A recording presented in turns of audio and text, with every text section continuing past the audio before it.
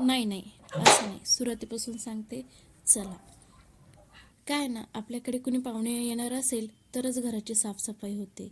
नियमाप्रमाणे मी ही मोहीम हाती घेतली. सुरुवात बेडरूमपासून केली. त्यानंतर हॉलमध्ये गेले. इथे पसारा जरा जास्तच पसरलेला होता, त्यामुळे बराच वेळ गेला. पण काय ना, स्पेशल गेस्ट म्हटलं ना तर स्पेशल तयारी आलीच, नाही का? नंतर मी बाल्कनीमध्ये असे छान झाडून घेतले. थोडंसं पाणी टाकून असं एकदम स्वच्छ अशी बाल्कनी केली. काम शेवटच्या टप्प्यामध्ये आल्यावर जरा जास्तच एक्साइटमेंट असते, त्यामुळे हे सगळं घडलं आणि माझा पाय मुरगळला. पडल्यामुळे जरा जास्तच पाय दुखत असतानाही सुद्धा उर्वरित कामात सातत्य ठेवून काम पूर्ण केले आणि त्याचा आनंद माझ्या चेहऱ्यावर पहा.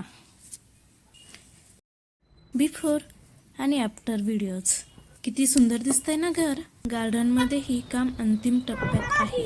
व्हिडिओच्या सुरुवातीच्या करामतीमुळे माझा पाय मुरगळला, तर त्यासाठी ही वडाची पाने आणली. ही वडाची पाने रात्री पायाला एकदम घट्ट बांधून घेतली.